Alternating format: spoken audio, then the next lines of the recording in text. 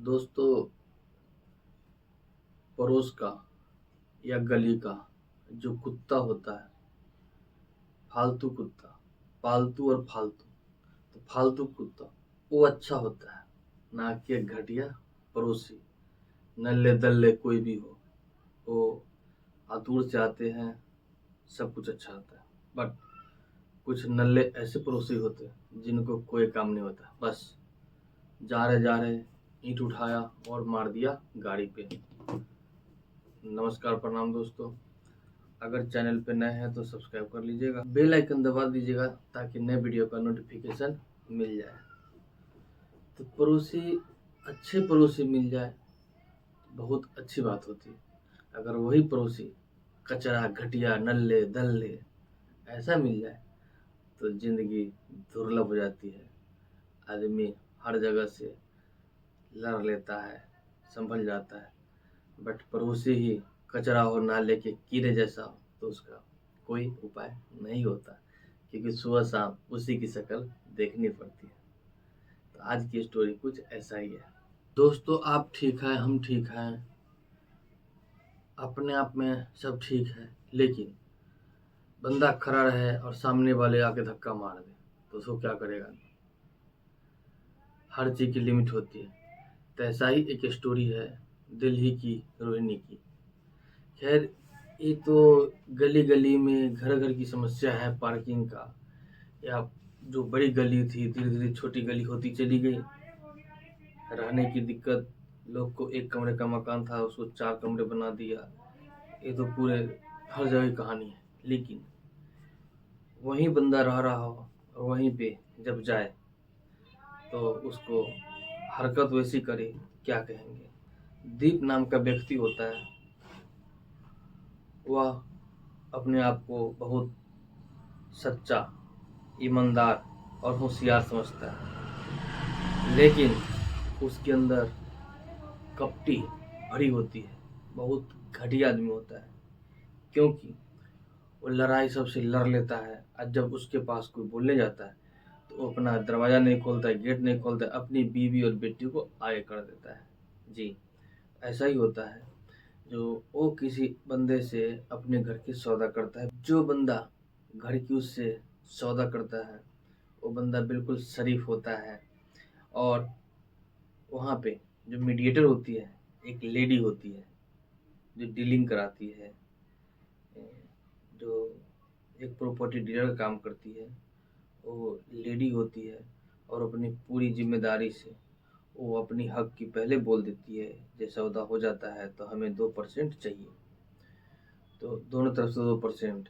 Suppose कीजिए अगर 20 लाख का सौदा है तो उसको 40,000 रुपये सूखा मिलेगा, बस बात कराने का। 40 इधर से, 40 उधर से, 80,000 ऐसा। तो बात सौदा डन हो जाती है, अमाउंट जो भी हो। और लेडी बोलती है जब सौदा डन हो गए तो कम से कम लाख रुपए आप एडवांस के तौर पे दे दो। सेकेंड पर्सन बोलता है लाख रुपए नहीं, मैं कम दूंगा जब तक मेरा सौदा पक्का हो नहीं जाए। और ऐसा ही होता है। तो फिर लेडी कहती है चलो 50 दे दो। तो खुशी खुशी 50,000 उसको, दीपक को एडवांस दिलवा देती है। लेकिन वहाँ पे दूसरा बंदा है, वो ये भी सेकेंड पार्टी जो मकान लेने वाला है, वो क्लियर कट बोलता है जो देखो किसी कारणवश हमारा सौदा अगर नहीं बन पाती है, कोई कारणवश रुक जाता है, तो मेरा एक पैसा वापस होना चाहिए, रिफंड होना चाहिए। तो वहाँ पर्ची बनती है, इस पर लिखा जाता है इतने पैसा वो लिया है, उसकी साइन होती है, उसकी बेटी की साइन होती है, जो मीडिएटर है उसकी साइन होती है, और जो सेकेंड पार्टी उसकी साइन होती है, सबकी साइन होती है पर्ची पे।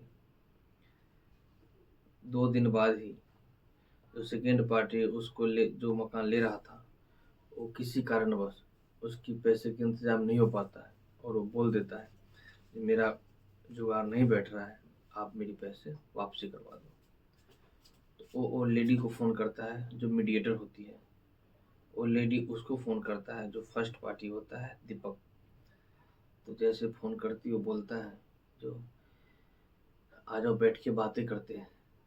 तो पैसा ले रखा है, 1 दिन हुआ है, मतलब एक रात को दूसरा दिन ही है। और वो बोलते हैं आ जाओ बैठ के बात करते हैं। तो जैसे ही बोलता है बैठ के बात करते, उसी समय उसको डाउट होता है कि बैठ के बात करने वाली क्या है। अगर वो तो पैसा वापस करना है तो बोलता पैसा वापस ले जाओ, लेकिन नहीं, वो बोलता है बैठ के बात करते हैं। फिर वो मीडिएटर जिसका नाम पूनम होता है, वो बुलाती है सेकेंड पार्टी को, और वहाँ पे तीनों बैठ के फिर बातें करते हैं। बोलते पैसे दे दो जी, नहीं हो रहा है, मेरा इंतजाम नहीं हो रहा पैसे का, और मैं मकान नहीं ले पाऊंगा। उसके बाद वहाँ से कहानी शुरू होती है, और एक कहता है जो पैसा आपने दिया वो पैसा खत्म हो गया रातों रात। अच्छी बातचीत रहती है, जिसको विश्वास होता है जो एक बात पे, जैसे अगर सौदा नहीं होता है तो पैसा वापस कर देगा, लेकिन उस समय बोलता है जो नहीं जी पैसे खत्म हो गए हैं, जैसे पैसा मेरे पास आता है वैसे वापस कर दूंगा। बात वहीं खत्म हो जाती है। तो एक महीने का टाइम लेता है, और 1 महीने के अंदर पैसे वापस कर देंगे। देखते देखते 1 महीना बीत जाता है। फिर सेकेंड पार्टी उस मीडिएटर को फ़ोन करता है, बोलता है जो पैसे दिलाओ। फिर उसके यहाँ जाते हैं। अब वो क्या कहता है, जब हमने पैसा लिया ही नहीं। अब वो बोलता है पैसा हमने लिया ही नहीं। वो बोलती है जो भैया तुमने पर्ची बना रखा है, सब कुछ है, तुम बोले पैसा नहीं लिया, ये कैसे हो सकता है। वो बोलती लिखा हुआ उसे कोई वैल्यू नहीं है, मैं पैसा नहीं लिया, लिया है तो नहीं दूंगा, जो करना है कर लो। अब उसको क्या कहेंगे। फिर इसकी कंप्लेन थाने में दी जाती है। जब थाने में कंप्लेन दी जाती है तो वहाँ पे पुलिस वाले जो है वो बोलते हैं कि पैसों को लेन देन में हम कुछ नहीं कर सकते, आप इसको कानूनी लड़ाई लड़िए। सेकेंड पर्सन है वो मीडिएटर के ऊपर छोड़ देता है कि आप दिलवाओ पैसा, हम कहाँ लड़ाई झगड़ा में पड़े। और ये करते करते कई महीना बीत जाता है, वो पैसा नहीं देता है बहुत। और जब भी पैसा मांगने जाओ उस अपनी बेटी को आए कर दे, क्योंकि उसकी बेटी बहुत बदतमीजी से बात करती है। पुलिस आए, पुलिस के सामने बहुत बदतमीजी से बात करती है, जो कुछ भी अपनी कहती है जो कपड़े फाड़ लूंगी और फंसा दूंगी, एक ही डायलॉग उसका होता है। और बहुत घटिया प्रवृत्ति के उसकी बीवी भी है और उसके बच्ची भी है। यहीं पे ये सब बातें बंद हो जाती, दोबारा पैसे मांगना बंद कर देते हैं। 1-2 बार कंप्लेन होती, लेकिन कुछ नहीं होता। देखते देखते 1 साल, 1.5 साल, 2 साल बीत जाती है।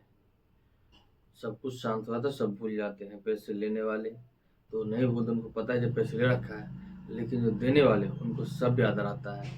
तो बीच बीच में कोशिश करते हैं जो पैसा ईमानदारी से निकल जाए, लेकिन वो देने को राजी नहीं होता है। जो पैसा ले रखा है वो, एक तो पैसा ले रखा है, उल्टा हमेशा उल्टी बातें करते चलेगा। जो कहावत है चोर बोले जोर से, तो जो चोरी कर रखा है ऊपर से सीना चोरी भी करेगा।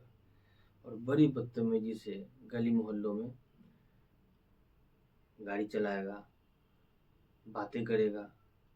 तो एक दिन ऐसा होता है जो वो अपनी स्कूटी लेके गली से गुजरते रहता है। वहाँ पे खुदाई चलती रहती है आईजीएल गैस पाइपलाइन का।